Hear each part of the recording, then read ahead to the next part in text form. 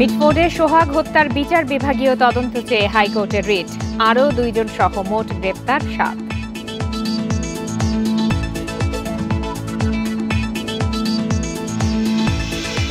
ফেনীতে বাঁধ মেরামত না করায় ভাঙনে বিস্তীর্ণ এলাকা প্লাবিত, পানি নামা শুরু হলেও বেড়েছে ভোগান্তি।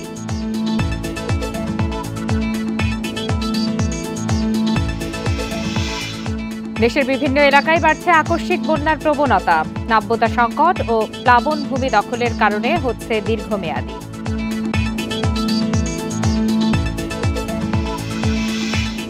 চট্টগ্রামের হালি শহর থেকে কাট্টলী সড়কের পাশে উচ্ছেদ অভিযান চালিয়েছে পানি উন্নয়ন বোর্ড, দখলমুক্ত 40 একর জায়গা।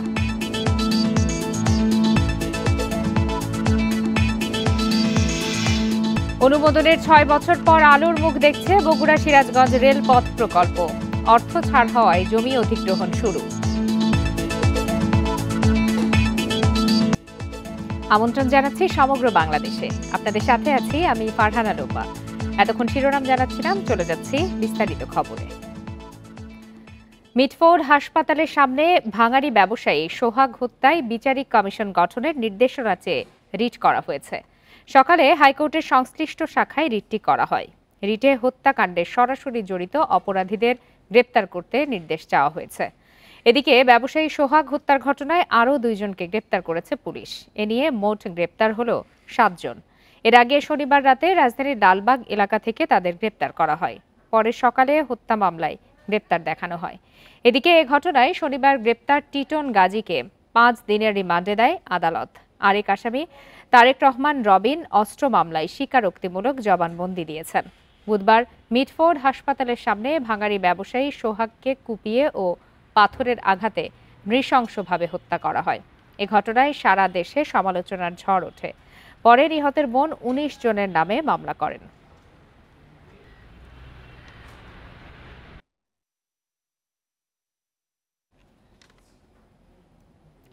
আইনশৃঙ্খলা নিয়ন্ত্রণে সারা দেশে চিরুনি অভিযান চালানো হবে বলে জানান স্বরাষ্ট্র উপদেষ্টা জাহাঙ্গীর আলম চৌধুরী। দুপুরে আইনশৃঙ্খলা সংক্রান্ত উপদেষ্টা পরিষদ কমিটির সভা শেষে একথা জানান তিনি। স্বরাষ্ট্র উপদেষ্টা বলেন, খুন, ডাকাতি, চাঁদাবাজি, নারী নির্যাতন, মব সহিংসতা সহ সব অপরাধমূলক কর্মকাণ্ডের বিরুদ্ধে আইনশৃঙ্খলা বাহিনী নিয়মিত অভিযান পরিচালনা করছে। শৃঙ্খলা ও জননিরাপত্তা বিঘ্নকারী যে কোনো কার্যক্রম কঠোর হাতে দমন করা হবে। এ সময় মিটফোর্ডের ব্যবসায়ী হত্যার ঘটনায় দুঃখ প্রকাশ করে উপদেষ্টা বলেন, এ ঘটনায় আইনশৃঙ্খলা বাহিনীর শিথিলতা রয়েছে কিনা তা খতিয়ে দেখা হবে। দ্রুত বিচার ট্রাইব্যুনালে বিচার হবে এবং কারোই রাজনৈতিক পরিচয় দেখা হবে না। জননিরাপত্তা বিঘ্নকারী কোনো ঘটনা বা অপরাধ ঘটলে সেটা যেন দ্রুততম সময়ে আইন শৃঙ্খলা বাহিনীকে জানানো হয়। আইন শৃঙ্খলা বাহিনী সেই বিষয়ে যথাযথ ব্যবস্থা গ্রহণ করবে। খুন, চুরি, ডাকাতি, চাঁদাবাজি, ছিনতাই, সন্ত্রাস, অপহরণ, নারী নির্যাতন, মব সহিংসতা, মাদক চোরাচালান সহ সব ধরনের অপরাধমূলক কর্মকাণ্ডে বিরুদ্ধে আইন শৃঙ্খলা বাহিনী নিয়মিতভাবে অভিযান পরিচালনা করছে এবং করবে। মেরামত না হওয়ায় ধসে যাওয়া 36টি অংশ দিয়ে এখনও লোকালয়ে ঢুকছে পানি। ছাগলনাইয়া, ফেনী সদর ও দাগনভূঞা উপজেলার কিছু অংশে আছে জলাবদ্ধতা। তবে বৃষ্টি থামায় ধীরে ধীরে স্বাভাবিক হচ্ছে পরিস্থিতি। এদিকে পানি নামার পরে নানা দুর্ভোগে এলাকার মানুষ।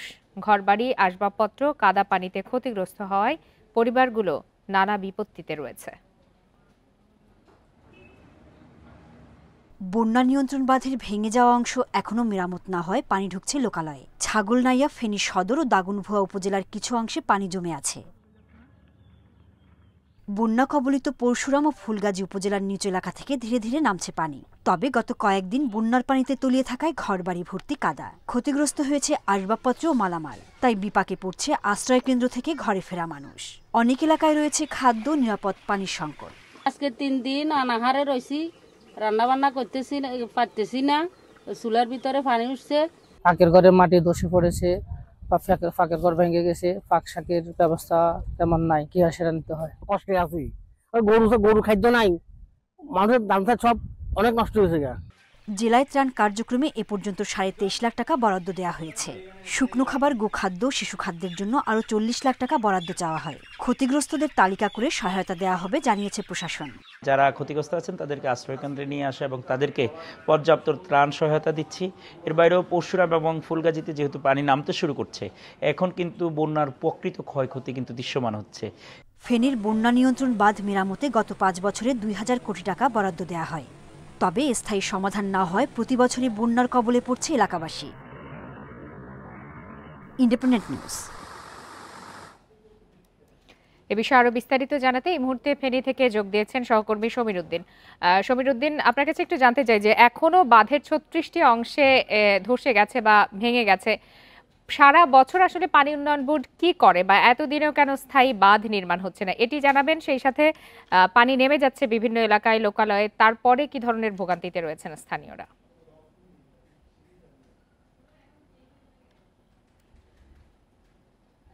দেখুন, এখন মানুষের ভোগান্তি হচ্ছে ঘরে বেড়া মানুষ, তারা কিভাবে বসবাস করবে, তাদের দিন যাপন কেমন করবে সেই নিয়ে তাদের দুশ্চিন্তা। কারণ অনেকের বাড়িঘরে যখন পানি উঠেছে, পানির সাথে কাদা উঠেছে, কাদা তাদের ঘরের যে আসবাবপত্র সেগুলো নষ্ট হয়ে গেছে। এদের যে কাঁথা বালির যেগুলো আছে সেগুলো কিন্তু পানিতে অনেক জায়গায় ভেসে গেছে, অনেক জায়গায় নষ্ট হয়ে গেছে। ফলে তারা যে আসলে সেখানে দিন যাপন করবে সেই পরিস্থিতি এখন নাই। অনেকের বাড়িতে এখনো চুলোগুলোতে পানি আছে, সেখানে রান্না হচ্ছে না। এবং অনেকে আবার কিন্তু বাড়ির যে রাস্তাটা কিন্তু ডুবে আছে। অনেকের বাড়ির যে রাস্তার মাটি এবং ইট যেগুলো সেগুলো সরে গেছে, ফলে তাদের যে চলাফেরা করা সেটি কষ্ট হয়ে দাঁড়িয়েছে। এছাড়াও অনেক রাস্তা কিন্তু এখন উপড়ে গেছে এবং অনেক জায়গায় খাল কাটবার যেগুলো আছে সেগুলো নষ্ট হয়ে আছে, সেখানেও তারা চলাচল করতে পারছে না। তারা বলছে দ্রুত বসবাস করতে পারবে। কিন্তু কেন বারবার বাঁধ ভাঙে এই বিষয়ে আমরা যখন পানি উন্নয়ন বোর্ডের নির্বাহী প্রকৌশলীর সাথে কথা বলে, তারা বলছে যে বছরে 4 বার কিন্তু বৃষ্টির সম্ভাবনা থাকে, বন্যার সম্ভাবনা থাকে। তারা আসলে একটি প্রকল্প, মেগা প্রকল্পের জন্য মন্ত্রণালয় পাঠিয়েছে। বিগত দিনগুলোতে গত সরকার যখন ছিল সেখানে একটি প্রকল্প পাস হওয়ার কাছাকাছি সময়ে সরকার যখন ফল করে তখন সেটি আর পাস করা হয়নি, সেটা আর বড় ধরনের কাজ ধরা হয়নি। এখন নতুন যখন সরকার এসছে, এখন আরেকটি প্রকল্প 7,341 কোটি টাকার প্রকল্পটি মন্ত্রণালয়ে প্রেরণ করা হয়েছে। সেখানে নদী খনন, সেখানে নদীর ভিতরে যে ঝোপঝাড় আছে সেগুলো পরিহার করা, নদীর প্রশস্তকরণ, নদীর যে নাব্যতা আছে সেটি, এবং নদীর দুই পারে বাঁধ নির্মাণ, ব্লক দিয়ে বাঁধ নির্মাণ সেটি আছে, এবং যেখান দিয়ে বাঁকাকরণ সেটিকে সোজা করার একটা প্রক্রিয়াও নাকি এই প্রকল্পের মধ্যে রেখেছে। যদি এই প্রকল্পটি দ্রুত মন্ত্রণালয়ে পাশ হয় তাহলে তারা দ্রুত কাজ করবেন। গতকাল এখানে ত্রাণ ও দুর্যোগ ব্যবস্থাপনা মন্ত্রী উপদেষ্টা তিনি এসেছিলেন, তাকে আমরা বলেছিলাম যে এটি কত দিন লাগবে। তিনি বলছেন যে বন্যা ক্ষতিগ্রস্ত এলাকা দেখতে এসেছেন, এসে অভিজ্ঞতা নিচ্ছেন, এই অভিজ্ঞতার আলোকে মন্ত্রণালয় কথা বলবেন, যত দ্রুত সম্ভব এটি পাশ করার ব্যাপারে কাজ করবেন। এটি ছিল আমার কাছে ফেনীর বন্যা পরবর্তী সর্বশেষ অবস্থা। ফেনী থেকে জানাচ্ছিলেন সহকর্মী সমীর উদ্দিন। দেশে আকস্মিক বন্যার তীব্রতা বেড়েছে। 5 বছরে বড় নদীর তুলনায় ছোট নদী অববাহিকায় বন্যার বিস্তার বেশি হচ্ছে। এ সময় পদ্মা, মেঘনা, যমুনার তুলনায় তিস্তা, কুশিয়ারা, জাদুকাটা, মুহুরী, সিলোনিয়া সহ ছোট নদীতে বন্যা বেড়েছে। পূর্বাভাস কেন্দ্র ও গবেষকরা বলছেন, নাব্যতা সংকট ও প্লাবনভূমি দখলের কারণে দীর্ঘস্থায়ী হচ্ছে বন্যা। কয়েকদিন পর সিলেট ও রংপুরে ভারী বৃষ্টির পূর্বাভাস দিয়েছে আবহাওয়া অফিস। ফেনী জেলার মুহুরী ও সিলোনিয়া নদীর পানি বিপদসীমার নিচে। এই পানি ছাগলনাইয়া হয়ে ভাটিতে নামছে ধীরে। পূর্ণিমার জোয়ারের কারণে লোকালয়ে ঢোকা পানি কমতে আরও কিছু সময় লাগতে পারে। বন্যা পূর্বাভাস ও সতর্কীকরণ কেন্দ্র বলছে 2024 সালে ইতিহাসের সবচেয়ে বড় আকস্মিক বন্যার মুখে পড়ে ফেনী। এছাড়া 2022 ও 23 সালে সিলেট, চট্টগ্রামে ভয়াবহ বন্যা হয়। আর করোনার সময় 2021-এ তিস্তায় বড় বন্যা হয়। এই আকস্মিক বন্যা ছিল দীর্ঘস্থায়ী। যে 20 সালের পরে বড় ধরনের কোনো মৌসুমী বন্যা সংঘটিত হয়নি, কিন্তু বেশ অঞ্চল ভিত্তিতে ছোট নদী অববাহিকাতে আকস্মিক বন্যার প্রবণতা দেখা যাচ্ছে। কিছু সেটেলমেন্ট তৈরি হয়েছে রিভার ফ্লাড প্লেনে, এবং ফ্লাড প্লেন কিছু কিছু জায়গায় ন্যারো হয়ে গেছে বা অপ্রশস্ত হয়ে গেছে। তো এই কারণে কিছুটা আমরা দেখতে পাচ্ছি যে আমাদের যে ওয়াটারওয়ে সেটা অতীতের তুলনায় কমে এসেছে। গবেষকেরা বলছেন, মুহুরী ও সিলোনিয়া নদীতে নাব্যতা কমেছে। অপরিকল্পিত বাঁধ দেওয়ার পাশাপাশি দখল হয়ে গেছে নদীর প্লাবনভূমি। যদি ফেনী নদীর ওই জায়গাটায় টেকসই বাঁধ করতেই হয়, তাহলে বলে প্রবাহকে যথেষ্ট জায়গা দিতে হবে।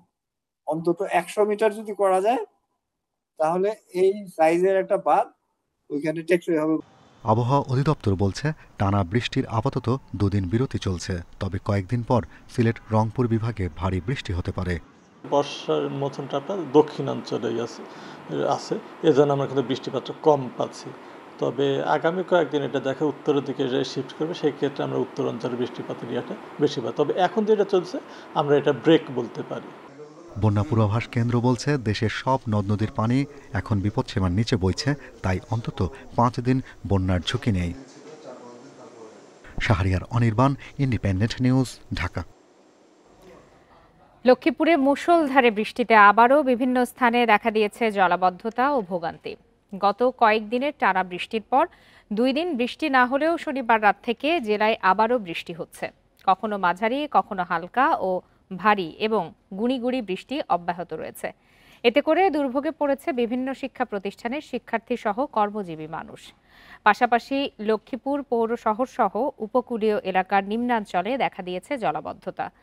ইতিমধ্যে বিভিন্ন স্থানে জলাবদ্ধতার পানি কমলেও নতুন করে বৃষ্টি হওয়ায় আবারও দেখা দিয়েছে জলাবদ্ধতা।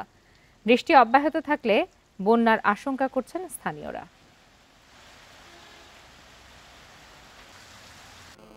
রংপুরের আবু সাইদ হত্যার ঘটনায় 2 আসামি অন্য মামলায় গ্রেপ্তার থাকায় 22 জুলাই তাদের ট্রাইব্যুনালে হাজিরের নির্দেশ দেওয়া হয়েছে। সেই সাথে বেগম রোকেয়া বিশ্ববিদ্যালয়ের পলাতক ভিসি হাসিবুর সহ 24 জনের বিরুদ্ধে 7 দিনের মধ্যে পত্রিকায় বিজ্ঞপ্তি প্রকাশের নির্দেশ দেওয়া হয়েছে। অন্যদিকে আশুলিয়ার 6 লাশ পোড়ানোর মামলার পরবর্তী শুনানি 16 জুলাই ঠিক করেছেন ট্রাইব্যুনাল 2 এর বিচারক। রবিবার সকাল 10টায় প্রথমে 2 মামলায় আটক 12 জনকে ট্রাইব্যুনালে হাজির করা হয়। এর মধ্যে আবু সাইদ হত্যা মামলায় নতুন করে গ্রেপ্তার দেখানো হয়েছে আসামি রাফিউল হাসান রাসেলকে। তিনি বেগম রোকেয়া বিশ্ববিদ্যালয়ের সাবেক প্রক্টর অফিসের সহকারী রেজিস্ট্রার। আরেকজন প্রক্টর অফিসের কর্মচারী আনোয়ার পারভেজ। 2 জনকেই মামলায় গ্রেপ্তার দেখিয়ে 22 জুলাই ট্রাইব্যুনালে হাজির করার নির্দেশ দেওয়া হয়েছে। দিনের দ্বিতীয় মামলায় আশুলিয়ায় 6 জনের মরদেহ পোড়ানোর ঘটনায় আটক 8 জনকে তোলা হয় আদালতে।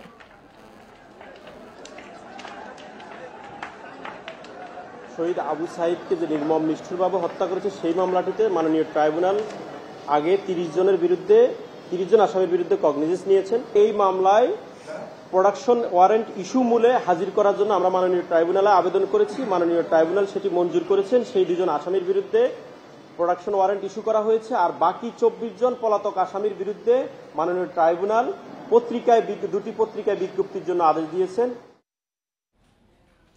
রংপুর বেগম রোকেয়া বিশ্ববিদ্যালয়ে শহীদ আবু সাইদের শাহাদাত বার্ষিকী ও জুলাই শহীদ দিবস উপলক্ষে ক্যাম্পাসে 62 ঘণ্টার জন্য বহিরাগত প্রবেশ নিষিদ্ধ করা হয়েছে। শনিবার বিশ্ববিদ্যালয়ের এক বিজ্ঞপ্তিতে এই তথ্য জানানো হয়। এতে বলা হয়, শহীদ আবু সাইদের শাহাদাত বার্ষিকীর প্রস্তুতি হিসাবে নিরাপত্তা বাড়ানো হয়েছে। আজ সন্ধ্যা 7টা থেকে বুধবার সকাল 9টা পর্যন্ত ক্যাম্পাসে বহিরাগত প্রবেশ নিষিদ্ধ করা হয়েছে। এ সময়ে সব শিক্ষার্থীকে আইডি কার্ড সঙ্গে নিয়ে ক্যাম্পাসে প্রবেশ করতে হবে। এজন্য শিক্ষার্থী, শিক্ষক, কর্মকর্তা, কর্মচারী সহ সবাইকে সহযোগিতার আহ্বান জানিয়েছে বিশ্ববিদ্যালয় প্রশাসন।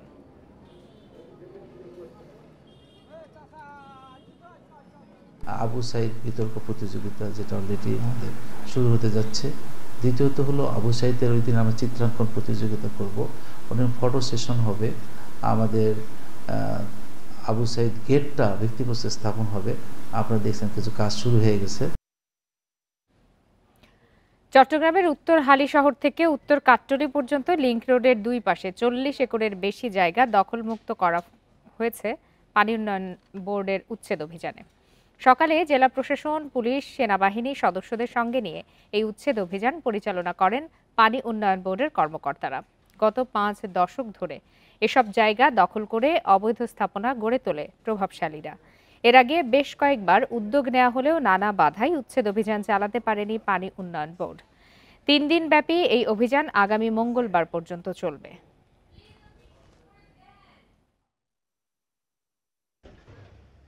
এটা সরকারি জায়গা ছিলেন, কিন্তু আমরা লিজ চাইছিলাম, লিজ আমাদেরকে দেওয়া হয় না। আগে লিজ ছিল, লিজের মেয়াদ শেষ হয়ে গেছে। লিজের মেয়াদ শেষ হওয়ার পর আমরা লিজ চাইছি, কিন্তু আমাদেরকে লিজ মেয়াদ বাড়ানো দেওয়া হয়নি। এই উচ্ছেদ কার্যক্রম গ্রহণ করার জন্য চেষ্টা করছিলাম এবং আমাদেরকে জেলা প্রশাসন, বাংলাদেশ সেনাবাহিনী এবং বাংলাদেশ পুলিশ সহযোগিতা করেছে। আপাতত কার্যক্রম আমরা 3 দিনের জন্য টেক আপ করেছি। তবে অনুমোদনের 6 বছর পর আলোর মুখ দেখছে বগুড়া সিরাজগঞ্জ রেল পথ প্রকল্প। মন্ত্রণালয়ে অর্থ ছাড় করায় শুরু হয়েছে জমি অধিগ্রহণের কাজ। ডুয়েল গেজ রেলপথটি নির্মাণ হলে ঢাকার সঙ্গে দূরত্ব কমবে 112 কিলোমিটার। এতে উত্তরাঞ্চলের কৃষি ও শিল্প এবং যাত্রী পরিবহনে নতুন গতি আসবে বলছে এলাকার মানুষ। ব্রিটিশ আমলে সিরাজগঞ্জ থেকে বগুড়ায় সরাসরি চলত ট্রেন, তবে সময়ের ব্যবধানে বন্ধ হয় এই রুট। বর্তমানে পাবনা সান্তাহার হয়ে দীর্ঘ পথ ঘুরে সিরাজগঞ্জ থেকে যেতে হয় বগুড়ায়। সরাসরি রেলপথ চালুর দাবিতে বিভিন্ন সময় আন্দোলন করেন স্থানীয়রা। 2018 সালে বগুড়া সিরাজগঞ্জ ডুয়েল গেজ রেলপথ প্রকল্প একনেকে অনুমোদন পায়। প্রকল্পের জন্য 960 একর ভূমি অধিগ্রহণ হবে, যা 420 একর সিরাজগঞ্জে। সম্প্রতি প্রকল্পের জন্য 1900 কোটি টাকা ছাড় করেছে মন্ত্রণালয়। দীর্ঘদিন ধরে শুনতেছি যে সিরাজগঞ্জ বগুড়া রেল লাইন হবে, কিন্তু এখন টাকা জমি গ্রহণ করা হইতেছে, টাকা দেওয়া হয়েছে। এখন সিরাজগঞ্জ বগুড়া রেল লাইন হয় তাহলে আমাদের ব্যবসা বাণিজ্য বৃদ্ধি হবে। রেল লাইনটা যাওয়া মানে একটা দেশের সমস্ত যাতায়াত ব্যবস্থা ভালো, সবার জন্য উপকার। রেলপথটি নির্মাণের পর বগুড়া থেকে রাজধানীর দূরত্ব কমবে 112 কিলোমিটার, যাতায়াতের সময় কমবে প্রায় 4 ঘন্টা। এতে উত্তরাঞ্চলে কৃষি ও শিল্প পণ্য ও যাত্রী পরিবহনে নতুন গতি আসবে আশা ব্যবসায়ীদের। আমাদের যারা ব্যবসায়ী তারা অল্প সময়ের মধ্যে তাদের পণ্য সামগ্রী রেলপথে পরিবহন করতে পারবে এবং এটা অনেক সুবিধা হবে। সিরাজগঞ্জবাসীর পক্ষ থেকে এই রায়পুর স্টেশনে যাতে জংশনটি হয়, এটাই আমার মূল দাবি। জমির মালিকদের ক্ষতিপূরণ দিতে ইতিমধ্যে প্রশাসনের ভূমি অধিগ্রহণ শাখাকে নির্দেশ দেওয়া হয়েছে, জানালেন জেলা প্রশাসক। 720 একর জমি অধিগ্রহণের কার্যক্রম আমরা উদ্যোগ নেই। ইতিপূর্বেই আমরা এর প্রাকৃত মূল্য 1127 কোটি টাকা ধার্য করি। ইতিমধ্যে আমরা 960 কোটি টাকা বাংলাদেশ রেলওয়ে থেকে পেয়েছি। নতুন রেলপথের সাথে সিরাজগঞ্জের 5টি ও বগুড়ার 4টি স্টেশন নির্মাণ করা হবে। এছাড়া বগুড়া রানীরহাট ও সিরাজগঞ্জ সদরে 2টি নতুন রেল জংশন নির্মাণেরও পরিকল্পনা রয়েছে। Independent news. এবার জুলাই অভ্যুত্থান নিয়ে প্রতিবেদন।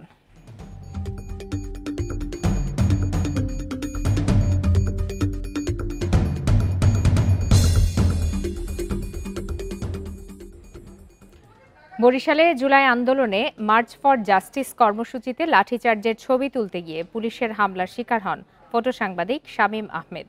এরপর থেকে এই সাংবাদিক শারীরিক ও মানসিক যন্ত্রণার এক পর্যায়ে হৃদরোগে আক্রান্ত হয়ে পক্ষাঘাতগ্রস্ত হন। এখনও তার চোখে মুখে ভয়াল আতঙ্কের ছাপ, কাটাচ্ছেন দুর্বিষহ দিন। এ অবস্থায় তার উন্নত চিকিৎসার দাবি পরিবারের। গত বছর 31শে জুলাই বরিশাল নগরে ছিল আন্দোলনে উত্তাল। সেদিন মার্চ ফর জাস্টিস কর্মসূচিতে শিক্ষার্থীদের উপর লাঠিচার্জের ছবি তুলতে গিয়ে পুলিশের হামলায় আহত হন বেশ কয়েকজন সাংবাদিক। তাদের মধ্যে দৈনিক যুগান্তরের ফটো সাংবাদিক শামীম আহমেদ একজন।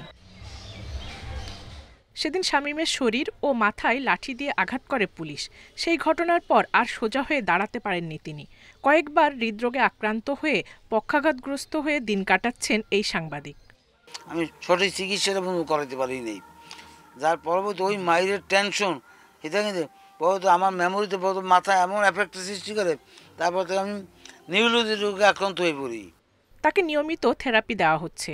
বাবার এমন অসুস্থতার পর চিকিৎসা ও অনিশ্চিত ভবিষ্যৎ নিয়ে শঙ্কায় তার পরিবার। আমাদের আব্বু ছাড়া রোজগার করার মতো কেউ নাই। অফিস কর্মকর্তা তার বেতন কতদিনটা বহন করবে সেটা আমরাও জানি না। এক প্রকার এখন সরকারের সাহায্য সহযোগিতা ছাড়া আমাদের এখন কোনো উপায় নেই। প্রবীণ এই সাংবাদিকের উপর হামলার ঘটনায় নিন্দা জানান সাংবাদিক নেতারা। তারা জুলাই আন্দোলনে আহত সাংবাদিকদের আর্থিক সহায়তার দাবি জানান। শামীম আজকে খুবই অসহায় অবস্থায় আছে। তাকে বাংলাদেশের বর্তমান সরকারের কাছে সর্বোচ্চ প্রায়োরিটি দিয়ে তিনি যাতে করে সকল ধরনের সহযোগিতা পান সে ব্যাপারে আমি সরকারের কাছে জোর দাবি জানাচ্ছি। এদিকে প্রশাসন বলছে জুলাই আন্দোলনে হতাহতদের সর্বাত্মক সহযোগিতার উদ্যোগ নেওয়া হয়েছে এবং তাদের সহায়তা করা হচ্ছে। মন্ত্রণালয় থেকে আমাদেরকে চেক পাঠিয়ে দিয়েছে, তাদের অ্যাকাউন্টের সাথে জমা হয়ে গেছে। এখানে কোনো ইয়েও হয় না, একবার সরাসরি অ্যাকাউন্টে চলে গেছে। এইগুলো হলো সরকারের পক্ষ থেকে গৃহীত পদক্ষেপ।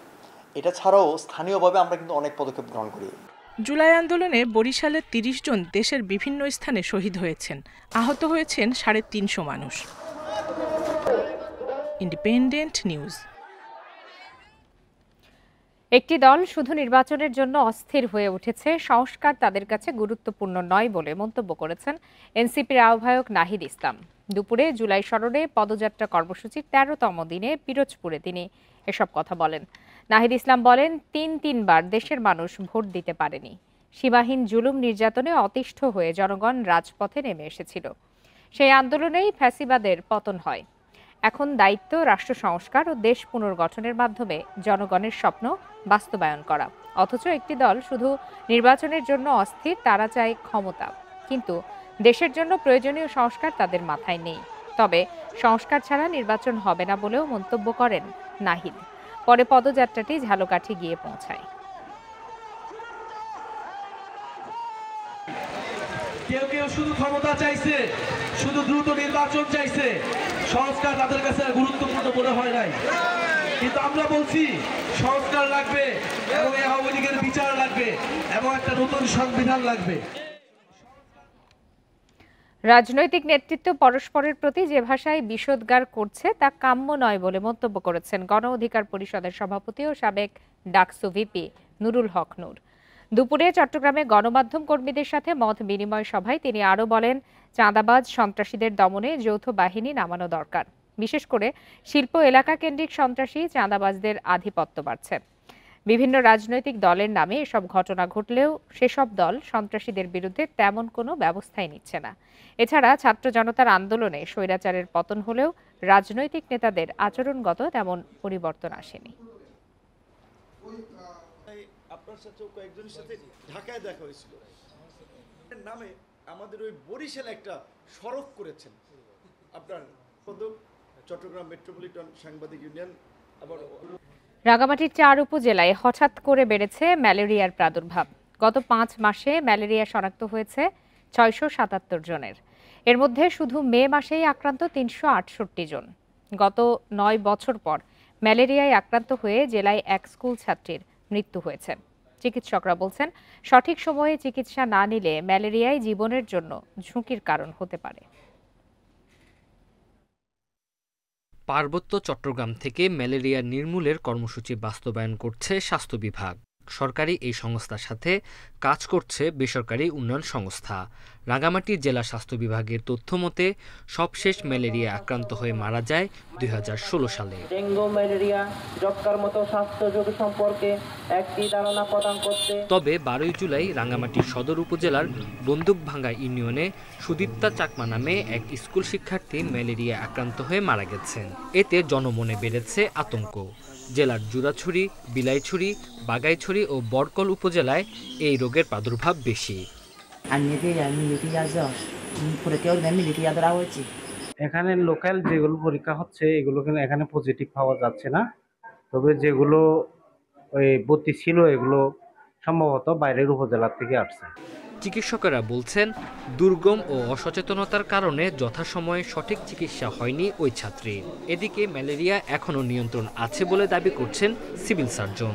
বলেন, মানুষকে সচেতন হওয়ার পাশাপাশি জ্বর হলে দেরি না করে ডাক্তারের পরামর্শ নিতে হবে। আমাদের সব প্রস্তুতি আছে, আমাদের চিকিৎসকদেরও ম্যালেরিয়া বিষয়ে ট্রেনিং আছে, তারা ম্যালেরিয়া বিষয়ে বেশ অভিজ্ঞ এবং যে জাতীয় পর্যায় থেকে যেভাবে নির্দেশনা আছে আমরা সেই অনুযায়ী কাজ করছি। রাঙ্গামাটি জেনারেল হাসপাতালে বর্তমানে 2 জন রোগী হাসপাতালে চিকিৎসাধীন রয়েছে বলে জানিয়েছেন সরকারি কর্মকর্তারা। Independent news.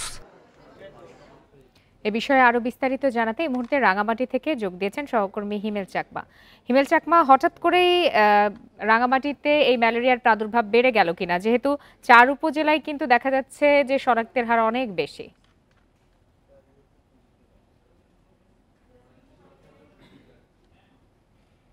লোপা, যে রাঙ্গামাটিতে হঠাৎ করে ম্যালেরিয়া বেড়েছে সেটা আসলে তথ্যটি আসলে এমনটি না। আমরা দেখেছি যে বিগত সময়ে একসময় পার্বত্য চট্টগ্রাম, রাঙ্গামাটি ম্যালেরিয়ার আতঙ্কিত একটা এলাকা ছিল, যে বাংলাদেশের যে স্বাস্থ্য বিভাগ এখনও কিন্তু এটা রেড জোনের মধ্যে রেখেছে পার্বত্য এলাকাকে। এটাকে ইয়েলো এবং গ্রিন জোনে নেওয়ার, অর্থাৎ পুরোপুরি নির্মূল করার জন্য যে প্রসেসটা, সেটা এই বছর কিন্তু একেবারে মানে হঠাৎ করে একটা আতঙ্কর বিষয় হয়ে দাঁড়িয়েছে মানুষের মধ্যে, যে গতকালকে যে একজন স্কুল শিক্ষার্থী যে মারা গেছে, এর কারণে মূলত বিষয়টি আলোচনায় এসেছে। তো এই বিষয়টা নিয়ে আমরা স্বাস্থ্য বিভাগের সাথে আমি কথা বলেছিলাম, সিভিল সার্জনের সাথে। তারা বলছেন যে আসলে এটি হঠাৎ নয়, অর্থাৎ এপ্রিল, মে, জুন এই সময়ে কিন্তু প্রতি বছর রাঙামাটিতে এবং পুরো পার্বত্য এলাকায় ম্যালেরিয়ার সিজন বলা হয় এটাকে।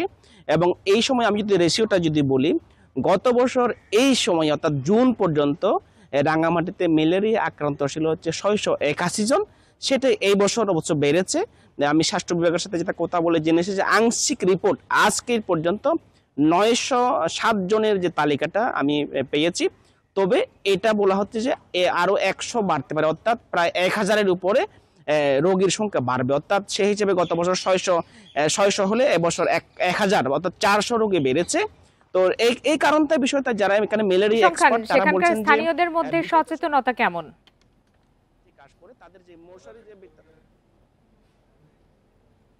এই বিষয়টা হচ্ছে যে আসলে বিগত সময়ে গত 9 বছর ধরে রাঙামাটিতে বড় ধরনের কোনো ম্যালেরিয়া আক্রান্ত হয়েছে, কিন্তু মৃত্যুর সংখ্যা ছিল না।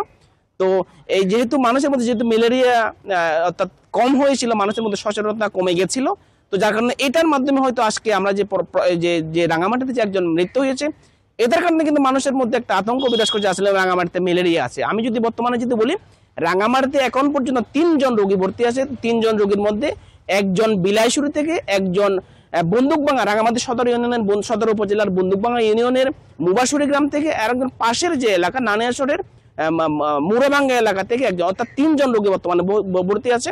অর্থাৎ এই ম্যালেরিয়াতে চিকিৎসা আসলে বড় ধরনের কোনো ব্যয়বহুল চিকিৎসা না, শুধুমাত্র সচেতনতার কারণে যদি আমরা এটা যদি মানুষ মানে, যদি কোনো জ্বর হলে পরে যদি ব্লাড টেস্ট করে, সেক্ষেত্রে এটা খুব সহজভাবে চিকিৎসা করা যায় বলে এখানকার স্বাস্থ্য বিভাগের যারা কর্মকর্তা আছেন তারা সেটা বলছেন। অর্থাৎ এই মুহূর্তে যে মশারি টাঙানো বিষয়টা ইম্পর্টেন্ট, এবং কত জ্বর হলে পরে দেরি না করে ব্লাড টেস্ট করে হসপিটালে এসে চিকিৎসা নেওয়া। এই হচ্ছে রাঙামাটির ম্যালেরিয়ার সর্বশেষ অবস্থা। জি, রাঙামাটি থেকে জানাচ্ছিলেন সহকর্মী হিমেল চাকমা। 3 জেলায় সড়ক দুর্ঘটনায় 3 জন নিহত হয়েছেন, আহত হয়েছেন 11 জন। সকালে মাগুরা সদরে বাসের সঙ্গে সংঘর্ষে ভ্যান চালক সাগর মোল্লা নিহত হন। এ ঘটনায় বাসের 10 যাত্রী আহত হয়েছেন। পুলিশ জানায় সকালে গোল্ডেন লাইন পরিবহনের একটি বাস ঝিনাইদহ থেকে মাগুরায় যাচ্ছিল। পথে আলমখালীর রামনগর পার্কিং এলাকার বিপরীত দিক থেকে আসা ভ্যানের সঙ্গে সংঘর্ষ হয়। এতে বাসটি রাস্তার পাশে উল্টে যায়। এদিকে ঢাকার নবাবগঞ্জে 2 মোটরসাইকেলের সংঘর্ষে আনোয়ার হোসেন আরমান নামে এক যুবকের মৃত্যু হয়েছে, আহত হয়েছেন আরেকজন। এছাড়া চট্টগ্রামের পটিয়ায় বাস চাপায় মোটরসাইকেল আরোহী নিহত হয়েছেন।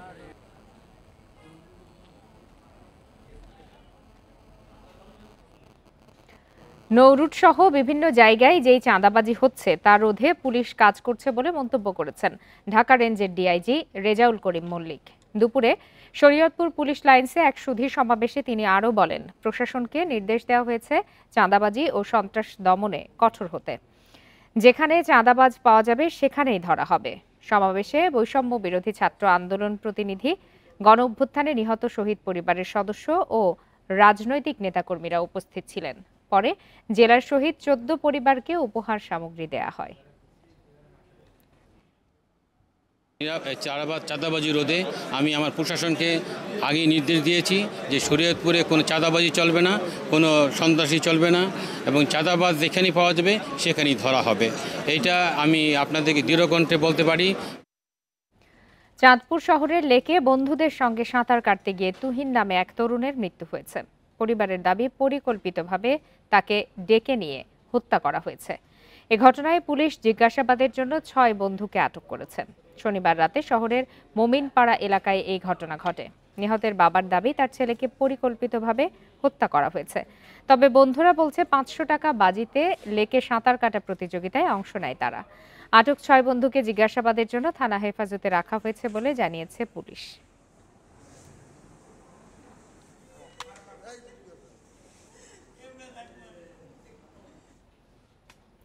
ঢাকার দোহারে পদ্মা নদীতে নিখোঁজের একদিন পর জেলে সোবহান মোল্লার মরদেহ উদ্ধার করা হয়েছে। সকালে নদীর বিলাসপুর এলাকার চর থেকে তার ভাসমান মরদেহ উদ্ধার করে নৌপুলিশ। শনিবার বিকালে চর পুরুলিয়া ঘাটে মাছ ধরতে যান জেলে সোভান মোল্লা। সে সময় হঠাৎ করে তিনি নদীতে পড়ে যান। পরে অনেক খোঁজাখুঁজি করা হলেও তাকে পাওয়া যায়নি। সকালে মরদেহ ভাসতে দেখে পুলিশকে খবর দেয় স্থানীয়রা। পরিবারের কোনো অভিযোগ না থাকায় মরদেহ ময়নাতদন্ত ছাড়াই হস্তান্তর করা হয়েছে বলে জানিয়েছে পুলিশ।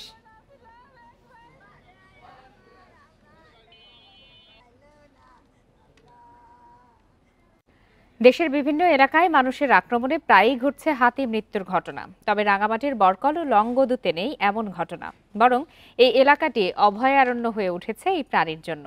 এজন্য বন্য হাতি সুরক্ষা এবং মানুষকে সচেতন করছে এলিফ্যান্ট রেসপন্স টিম। উপযুক্ত পরিবেশের কারণে বাড়ছে হাতির সংখ্যা।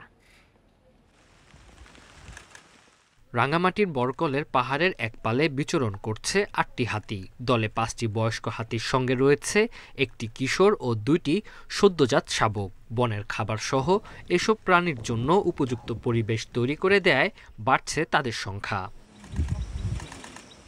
চট্টগ্রাম, কক্সবাজার, শেরপুর সহ বিভিন্ন এলাকায় মানুষের আক্রমণে মৃত্যু হচ্ছে হাতির। তবে রাঙামাটির বরকল ও লংগদুতে ৬ বছরে নেই এমন কোনো ঘটনা। হাতির জীবন সুরক্ষায় এবং মানুষের ক্ষতি এড়াতে কাজ করছে এলিফ্যান্ট রেসপন্স টিম। সবসময় চেষ্টা করি যাই এটারে আমরা সুরক্ষা রাখার জন্য। যদি গভীর জঙ্গল থেকে এলাকায় ঢুকে যায় সাথে বাইর করে দিই। আমাদের এখানে শুকনো মৌসুমটা খাদ্য থাকে না, তখন বেশি লোকালয়ে ঢুকে পড়ে হাতিগুলো, ঢুকে মানুষকে ক্ষতি করে। প্রাণী গবেষকরা বলছেন, বনের খাবার, লেকে পর্যাপ্ত পানি ও বসতি কম হওয়ায় এলাকাটি হাতির বিচরণ ক্ষেত্র হয়ে উঠেছে। হাতির সাথে মানুষের দ্বন্দ্ব কমাতে ক্ষতিগ্রস্তদেরও পুনর্বাসনের আওতায় আনার পরামর্শ তাদের। স্থানীয়দের সম্পৃক্ত করে এলিফ্যান্ট রেসপন্স টিম এবং অন্যান্য যারা সাধারণ গ্রামবাসী আছেন তাদেরকে সম্পৃক্ত করে এবং উদ্বুদ্ধ করে আমরা যদি এই দ্বন্দ্বটাকে কমিয়ে আনতে পারি তাহলে হাতি হয়তো দীর্ঘমেয়াদে টিকিয়ে রাখা যাবে। বন বিভাগ জানিয়েছে, গত ৫ বছরে হাতি দ্বারা ক্ষতিগ্রস্তদের ক্ষতিপূরণ দেয়া সহ দীর্ঘমেয়াদী প্রকল্প বাস্তবায়ন চলছে। প্রশিক্ষণ দেওয়া হবে এলিফ্যান্ট রেসপন্স টিমকে, তাদের লজিস্টিক্স কিছু দেওয়া হবে, পাশাপাশি গবেষণাও করা হবে এবং এই যে হাতি মানুষ সংঘাত যেন কমে যায় সেই বিষয়ে কাজ করা হবে। পার্বত্য চট্টগ্রাম উত্তর বন বিভাগের আওতায় বরকল ও লংগদুতে ১৪টি এশিয়ান বন্য হাতি রয়েছে বলে জানিয়েছেন প্রাণী গবেষকরা।